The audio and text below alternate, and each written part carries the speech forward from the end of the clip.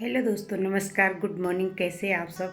हम तैयार हो चुके हैं रेणुका मंदिर जाने के लिए। सुबह 4:30 बज चुके हैं और हिमाचल में पड़ता है ये रेणुका मंदिर।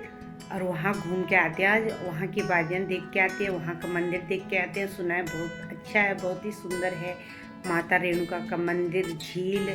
और आते हुए हम पांवटा साहिब में भी जाएंगे, वहाँ के दर्शन करेंगे।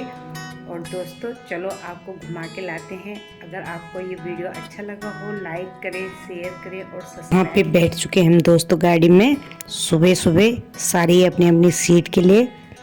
कोई आ रहा है, कोई आ चुका है, और जो आगे आ गए उनको पीछे बिठा रहे हैं, और जो आने वाले हैं वो लोग आगे बैठेंगे अभी। और कुछ लोगों में ये हो रहा है कि मुझे आगे क्यों नहीं बैठने दिया जा रहा, तो कुछ लोग समझा रहे हैं कि उनको बोला है कि पहले पीछे से बैठें। और इस तरीके से गाड़ी में बैठ चुके हैं हम।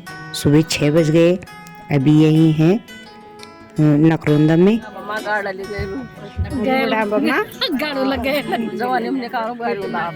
देखो कैसे बोल रही है अपनी बहुओं को समझाने के लिए, हर किसी को समझाने के लिए। दीदी की अच्छी सोच कि हम दाद देते हैं। अच्छा बोला दीदी ने कि बहुओं को इस टाइम हम खुश रखेंगे तो आगे बुढ़ापे में हमें भी वो खुश रखेंगी। और बहुत अच्छी सोच है दीदी की। आज की डेट में ऐसी सोच देखने को नहीं मिलती है, लेकिन दीदी ने बहुत अच्छा बोला है। और हम दीदी के बहुत बहुत धन्यवाद करते हैं इस तरह की सोच रखने की।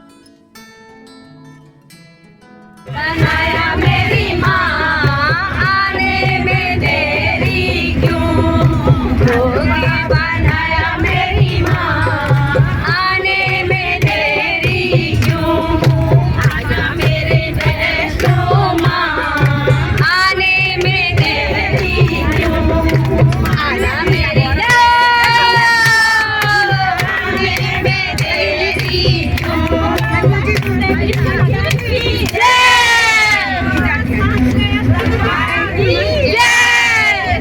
यहाँ पे हम पहुँच चुके हैं पांवटा साहिब से आगे रेणुका मंदिर। और जहाँ पे गाड़ी रुकती है वहाँ पे हम लोग भी रुक चुके हैं। उतर रखे सारे लोग अपनी गाड़ी से और चलने के लिए बोल रहे हैं कि चलो चलो यहाँ से निकलते हैं अब फटाफट दर्शन। अब चलते हैं आगे। अब जाते हैं माता रेणुका के मंदिर में, जहाँ पे भी मेला लगा है। आजकल 8 दिनों का वार्षिक मेला चल रहा है यहाँ पे। दीपावली के बाद शुरू होता है और यहाँ पे काफ़ी भीड़ इकट्ठा हो रखी है। दुकानें हो रही हैं और कपड़ों की दुकानें हैं, जलेबी, मिठाई, अन्य चीज़ों की दुकानें लोगों को लुभाने के लिए, मनोरंजन और लोगों का काफ़ी आकर्षण का केंद्र बनी हैं ये दुकानें। और खूब बच्चे खरीद भी रहे हैं, ले भी रहे हैं, लोग आने जाने वाले, काफ़ी भीड़ हो रखी है।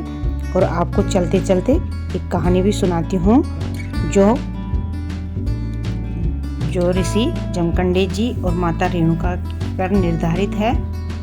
और मैं आपको बताती हूँ कि ऋषि के 5 पुत्र थे। सबसे बड़ा पुत्र परशुराम जी थे और उनको कहा गया है कि वह भगवान श्री विष्णु जी के 6वां अवतार हैं। और वह अपने माता पिता के साथ आश्रम में रहते थे और वहीं उनका लालन पालन करते थे ऋषि। और एक बार माता रेणुका जो कि तालाब से पानी लेने के लिए गई थी, और वहाँ पानी लेने में उसने एक राजकुमार को देखा जिससे मोहित हो गई। और वहीं अपना सुध-बुध खो के उन्हीं को देखने लगे। राजकुमार पे मोहित होके उनको एकटक देखने लगी। और तब ऋषि ने कहा कि रेणुका इतनी देर से कहाँ चली गई, अब तक जो वापस नहीं लौटी आश्रम में। और ऋषि ने अपनी दिव्य दृष्टि से उनको देखा, जो कि तालाब के पास खड़ी राजकुमार पे मोहित थी और वो वहाँ काफ़ी देर से खड़ी थी। और ऋषि को ऐसे देखकर बहुत ही क्रोध आया और उन्होंने अपने पुत्र को आदेश दिया कि जाओ और रेणुका को आश्रम में लेके आओ। और उनके 5 पुत्र गए और माता रेणुका को आश्रम में लेके आए। और जब ऋषि के सामने माता रेणुका पहुंची तो उन्होंने अपने 4 पुत्रों को आदेश दिया इनका सिर धड़ से अलग किया जाए, लेकिन उनमें से कोई भी तैयार नहीं हुआ। और तब उन्होंने परशुराम को कहा कि तुम अपनी माता का सिर धड़ से अलग करो। तो परशुराम जी थोड़ा परेशान से हो गए। उन्होंने कहा अपनी माता का सिर कैसे धड़ से अलग किया जाए। लेकिन उन्होंने फिर सोचा कि मेरे जो पिताजी हैं वो काफ़ी ज्ञानी हैं, वो माता का सिर फिर से जुड़ाएंगे अपनी तपोबल से। मैं उनसे प्रार्थना करूँगा और वो सब कुछ कर सकते हैं।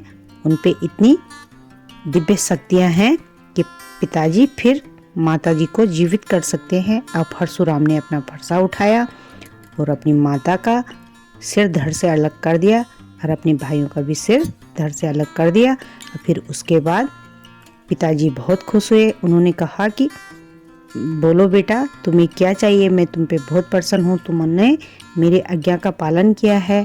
और फिर परशुराम जी ने कहा कि पिताजी अगर कुछ करना चाहते हैं तो मेरे जो ये भाइयों के कटे हुए सिर पड़े हैं और माता का कटा हुआ सिर पड़ा है, इनको इनके धड़ के साथ जोड़िए और मैं आपको यही बोलता हूँ, इन पांचों को जीवित कर दीजिए, यही मेरी खुशी है। और फिर ऋषि ने फिर उन पे गंगा जल छिड़का और वो पांचों ही जीवित हो उठे। उनका सिर धड़ से जुड़ गया था। और फिर इतने करने के बाद परशुराम जी जो थे वो एक दिन भी चैन से नहीं बैठ सके। उनको ये बात सताने लगी कि मैंने अपनी माँ की हत्या करी है, मैं उसका दोषी हूँ और मुझे हत्या का पाप लगा है, मैं कैसे इस पाप से मुक्ति पा सकूं। और उन्होंने खाना पीना छोड़ा और अलग थलग रहने लगे, किसी से बात नहीं करते थे और ना पिताजी के पास जाकर बैठते थे। तो ऋषि एक दिन उनके पास गए और उनसे बोला, बेटा क्या परेशानी है, क्यों तुम इतने अलग और क्यों परेशान रहते हो, मुझे बताइए परेशानी का कारण। तो परशुराम जी ने कहा कि पिताजी वैसे तो माता जीवित है, लेकिन मैंने उनकी हत्या करी है और इस हत्या के पाप से मैं कैसे मुक्ति पा सकता हूँ और ये मुझे समझ में नहीं आता। तो ऋषि ने समझाया उनको कि बेटा तुम भगवान शंकर जी का ध्यान करो, उनकी आराधना करो और तुम्हें इस पाप से जरूर मुक्ति मिलेगी।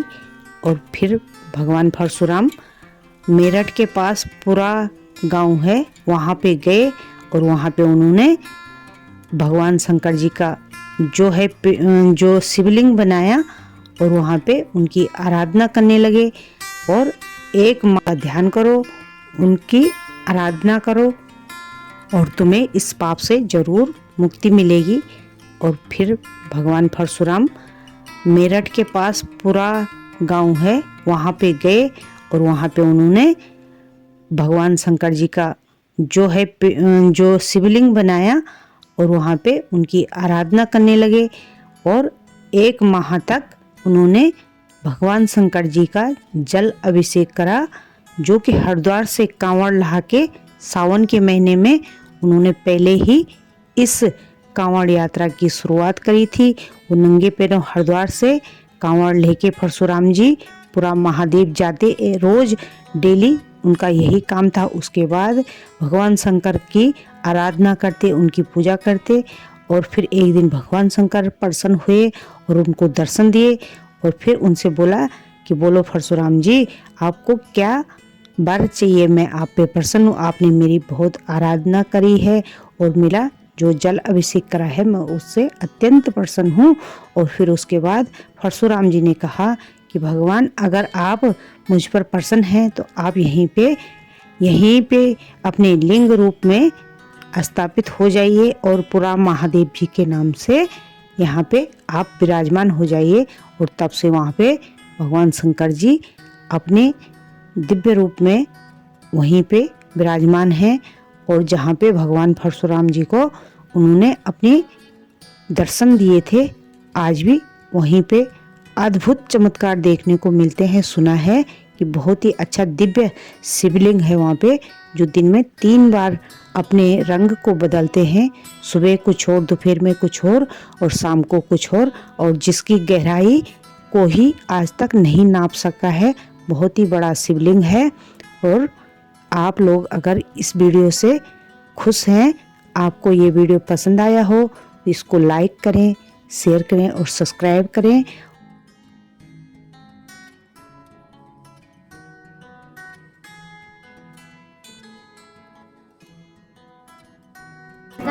का लड़का था ना, हाँ हाँ। उसने काट लिया था मांग को, जो ना किसी ऋषि ने जो है ना, ऋषि का वो कर दिया था, सिर कलम।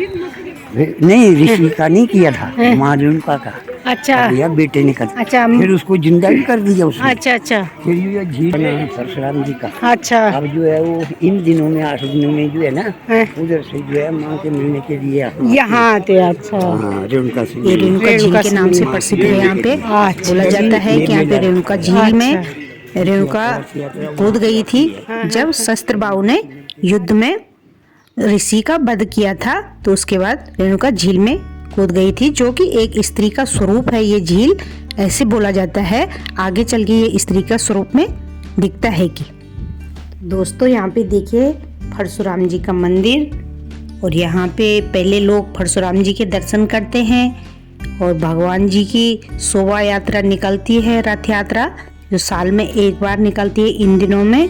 आजकल यहाँ पे 2-4 दिन का मेला भी लगता है, 8 दिन का पूरा मेला लगता है यहाँ पे, और लोग आजकल काफ़ी भीड़ हो रखी है यहाँ पे। यहाँ पे हवन भी हो रहा है, और यहाँ पे है माता रेणुका का मंदिर, जो माता रेणुका और परशुराम जी का आमने सामने मंदिर है। और कहते हैं कि परशुराम जी साल भर में एक बार माता जी के दर्शन करने, उनकी सेवा करने के लिए, 8 दिन की सेवा जो रहती है उनकी, माता के पास आते हैं, अपनी माँ के पास रहते हैं वो कुछ दिनों, और फिर अपने मंदिर में वापस जाते हैं, उनकी रथ यात्रा।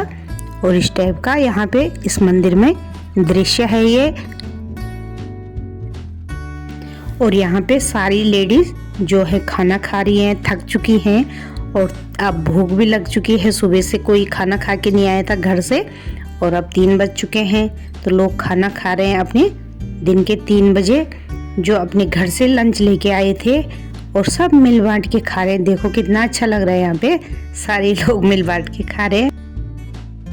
और यहाँ पे कुछ लोग मछलियों को दाना डाल रहे हैं, और मछलियाँ कूद कूद के आ रही हैं दाना खाने के लिए। अच्छा लग रहा है यहाँ पे भी, बहुत ही सुंदर दृश्य है ये, मन को बहुत अच्छा लग रहा है। ऐसे लग रहा है जैसे कि यहाँ पे नैनीताल का तालाब हो, ये सेम ऐसा ही आकर्षण यहाँ पे लग रहा है हमें, लेकिन उधर ठंडा है और यहाँ पे गर्मी है। सेम वही दृश्य है यहाँ का। ये परशुराम जी की झील के नाम से विख्यात है ये जगह। उधर रेणुका का झील आपको पहले दिखाई, और यहाँ पे परशुराम जी की झील है।